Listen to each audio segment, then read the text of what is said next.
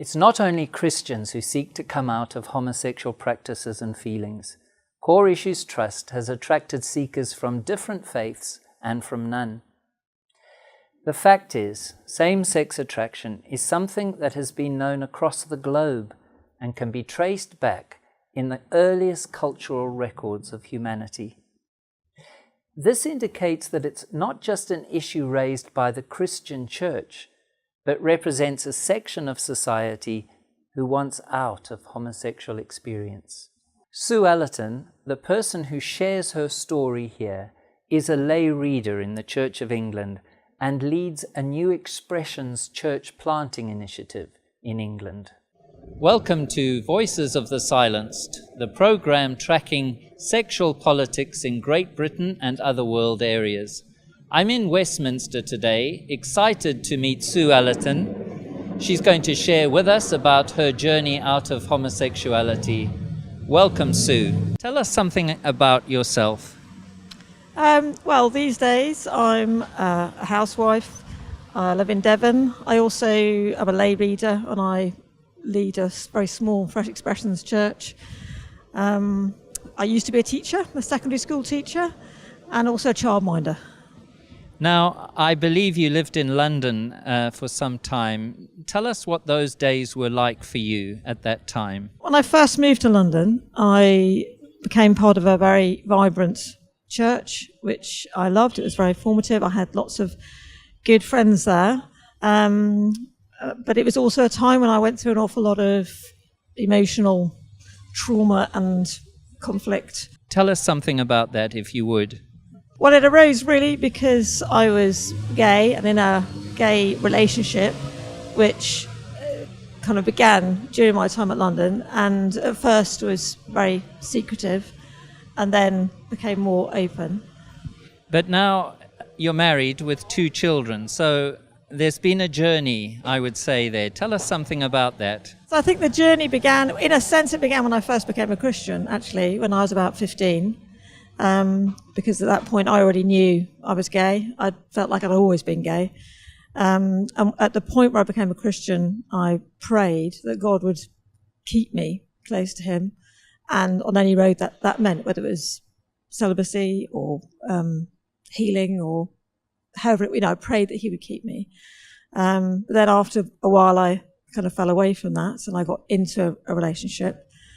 And then when I was at that time in London, when I'd been in a relationship just a quite short, well, a couple of years or so, it came to a crisis.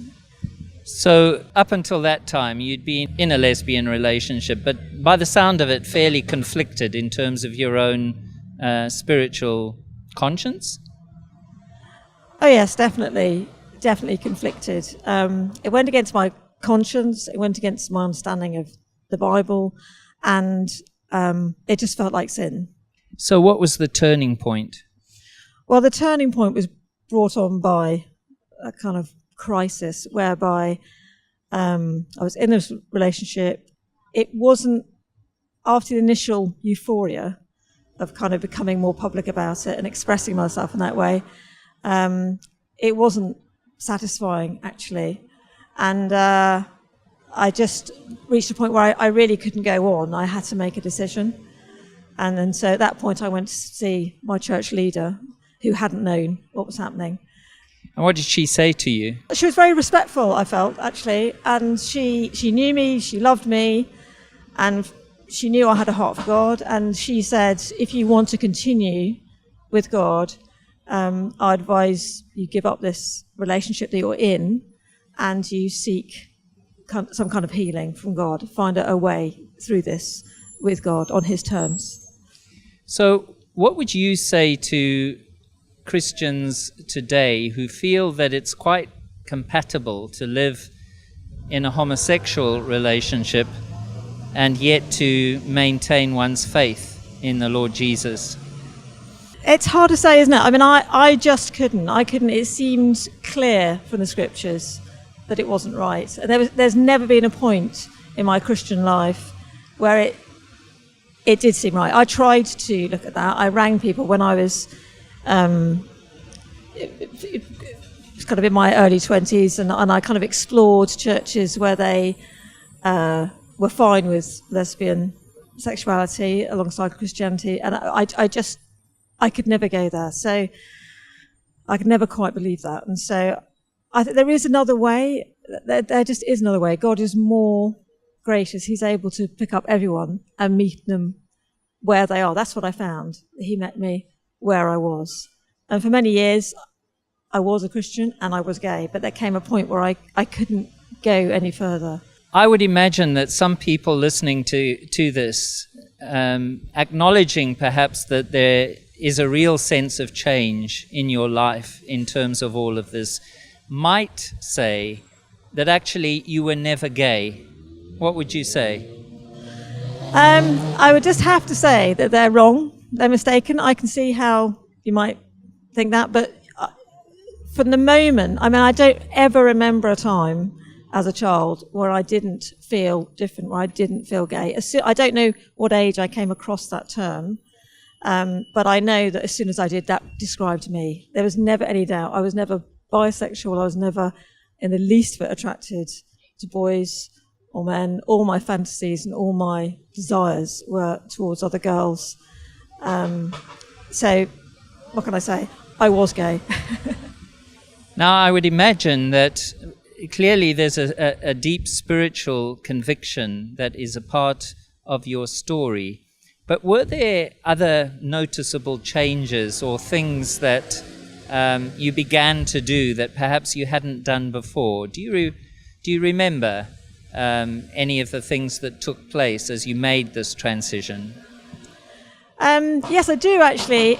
A lot of the transition, I mean, with hindsight, I can see how God was leading me along. And various small things happened, but the main catalyst was a particular counselling session or prayer ministry session that I had with someone who was very experienced, and I remember that very vividly, and it was a really life-changing. And in terms of the chronology of the whole thing, how long was it between the crisis point that you had and the time that you met your husband and then married? I married when I was 34. I think I had that crisis when I was 31 or so. And life today, give us a flavour of how it is with your family and with your husband. Oh, it's wonderful. I mean, I once I'd been through this journey, and I knew that I'd like to be married, but I didn't necessarily have an expectation of being married. I mean, I felt that perhaps was what God had in store, when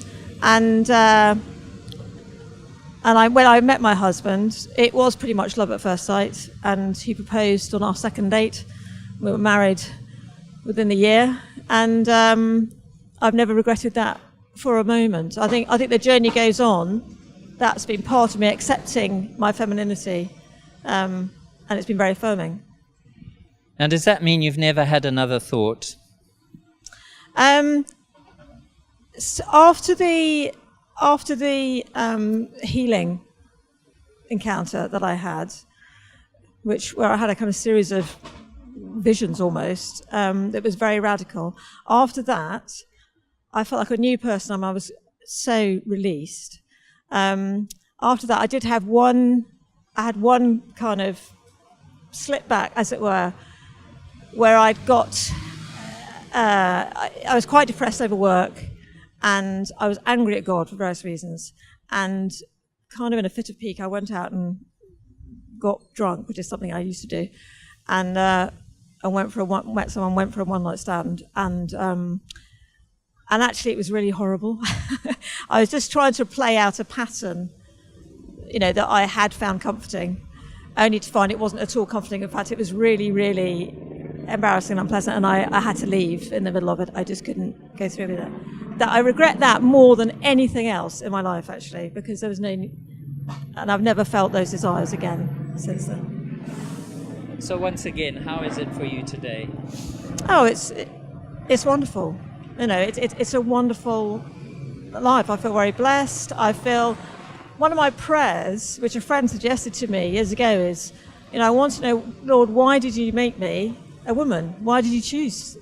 Why am I a woman? And that's what you find out worked. I find that worked out in my marriage. I find that as I get older, I see more and more. I understand. And being a mother as well, it's a wonderful thing. What would you say to people who are listening to this today, who don't know where to get help? There is help out there. I mean, I didn't know. When I arrived at this I was referred to a prayer counsellor who did have experience in this kind of thing. And I was put in touch with her through my church, which was in London at the time. And when I arrived in her front room, I was really depressed. I had no hope. I told her, I've got no faith, no hope. I just feel like a pile of bones in the desert. I can't do this anymore. I can't pretend and I can't do anything. But she just said, well, that's fine. Let's just go to prayer. God is gracious. Let's see what happens. And thank God for her faith. So you need to find people with faith.